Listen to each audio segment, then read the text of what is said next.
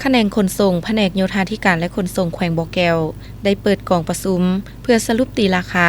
เกี่ยวกับการจัดตั้งปฏิบัติเวียกงานหอบดัน9เดือนต้นปี 2025 และวางทิศทางแผนการ 3 เดือนท้ายปีในวันที่ 6 พฤศจิกายน 2025 นี้อยู่ที่แผนกโยธาธิการและขนส่งแขวงบ่อแก้วมีท่านคำไพพงษ์ทจักรห้องหัวหน้าแผนกโยธาธิการและขนส่งแขวงมีบรรดาแขกถึกเชิญมาจากแผนกการที่เกี่ยวข้องบริษัทภาคธุรกิจผู้ประกอบการและพนักงานรัฐกรเข้าร่วมท่านฤทธิ์สัมพันธ์วงนาทีหัวหน้าแขนงขนส่งประธานกองประชุมได้มีคำเห็นว่ากองประชุมครั้งนี้เป็นการสรุปตีราคาเวียกงานหอบดานของแขนงขนส่งในการจัดตั้งปฏิบัติเวียกงาน9เดือนต้นปีผ่านมาเพื่อปรึกษาหารือถอดถอนบทเรียนเกี่ยวกับแขนงการที่เกี่ยวข้องทั้งภาครัฐและภาคธุรกิจภายในแขวงในการจัดตั้งภาระบทบาทสิทธิหน้าที่ของแขนงขนส่งและแผนการสืบต่อในการจัดตั้งปฏิบัติเวียกงานบุริมาสิทธิ์ในท้ายปี 2025 ให้ดำเนินไปและบรรลุตามระดับคาดหมายที่วางไว้ท่านคำไพศรีหาราชห้องหัวหน้าแขนงขนส่งแผนกโยธาธิการและขนส่งได้ผ่านบทสรุปประจำ9เดือนต้นปีซึ่งได้ยกให้เห็นผลงานด้านดีในการจัดตั้งปฏิบัติเวียกงานหอบดานของแขนงขนส่งผ่านมา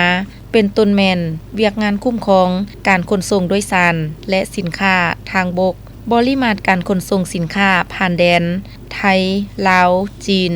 ปริมาตรการจราจรของรถจราจรของสินค้าบริมาตรจราจรสินค้าผ่านแดนขาเข้าขาออกเวียกงานการคุ้มครองการจราจรเวียกงานปลอดภัยทางหลวงเวียกงานพาหนะกลจักรหนักและศูนย์เทคนิคโรงงานประกอบรถการจัดตั้งปฏิบัติแม่นดำเนินตามระเบียบการมีการถอดถอนแลกเปลี่ยนบทเรียนซึ่งกันและกันและสามารถญาติได้ผลงานอย่างน่าพึงพอใจและผ่านทิศทางแผนการประจำ3เดือนท้ายปีในการสืบต่อติดตามเก็บกำบริมาตรของการขนส่งสินค้าและโดยสารทางบกและการสุกยูดติดตามกวดกาเวียกงานต่างๆให้ดำเนินตามแผนและบรรลุผลสำเร็จไปเถื่อละกาวจากนั้นบรรดาผู้เข้าร่วมได้ประกอบคำเห็นตามคำถามเจาะจิมการแก้ไขปัญหารถขนส่งโดยสารและสินค้าที่เคลื่อนไหวเข้าออกภายในแขวงบ่อแก้วในการลงกวดกาตามเส้นทางการแก้ไขปัญหารถบรรทุกจอดซ่าซ้ายและเข้ามาเคลื่อนไหวตามเส้นทางอยู่ในเทศบาลเมืองห้วยทรายขั้นตอนการออกใบอนุญาตดำเนินธุรกิจให้แก่ผู้ประกอบการทั้งภายในและต่างประเทศให้บริษัทที่มาพัวพันกับแขนงการที่เกี่ยวข้องการคุ้มครองรถบรรทุกขนส่งสินค้าภายในและต่างประเทศต่างวัสดุเข้าในตัวเมืองและสร้างสินค้าให้ถูกต้องตามระเบียบหลักการขั้นตอนการออกใบอนุญาตรถคาราวาน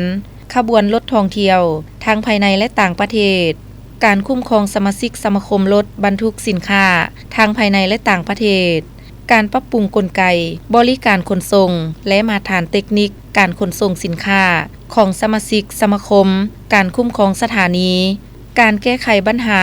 รถลักลอบขนส่งผู้โดยสารภายในและต่างประเทศและปัญหาอื่นๆเพื่อให้มีความเป็นเอกภาพกันในการแก้ไขปัญหาที่คงค้างให้ดำเนินไปด้วยดีและมีผลสำเร็จต่างฝ่ายต่างได้รับผลประโยชน์ร่วมกัน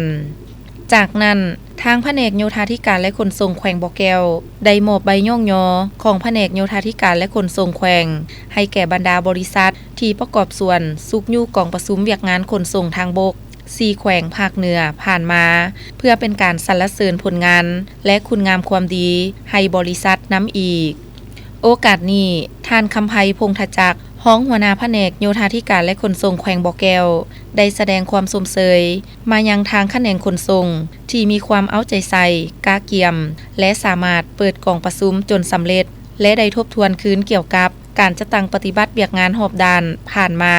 สามารถญาติได้ผลงานหลายด้านที่เพึงพอใจท่านได้มีคำเห็นเน้นหนักให้เอาใจใส่สืบต่อเวียกงานตามการมอบหมายให้มีคุณภาพสูงขึ้นเป็นต้นแม่นการติดตามกวดกาเวียกงานและนำเอาเนื้อในจิตใจกองประชุมครั้งนี้ไปจัดตั้งพันขยายภายในความรับผิดชอบของตนให้เกิดผลเป็นจริงเชื่อมั่นว่าการประชุมครั้งนี้จะ จะนำไปสู่การแก้ไขปัญหาที่คงค้างในใดอย่างที่ถึงมาโมคาตัวมาในระดับที่ดีอีก6 เดือนคือว่าถ้าว่ามีความเป็นไปได้หมอจะมาประชุมกันใหม่คือว่าอย่างไรก็สิได้ประชุมเป็นปีหมดแล้วตามแผนของเราเป็นปีได้ประชุมเดือนที่ว่ามันเก่งก่อนเลย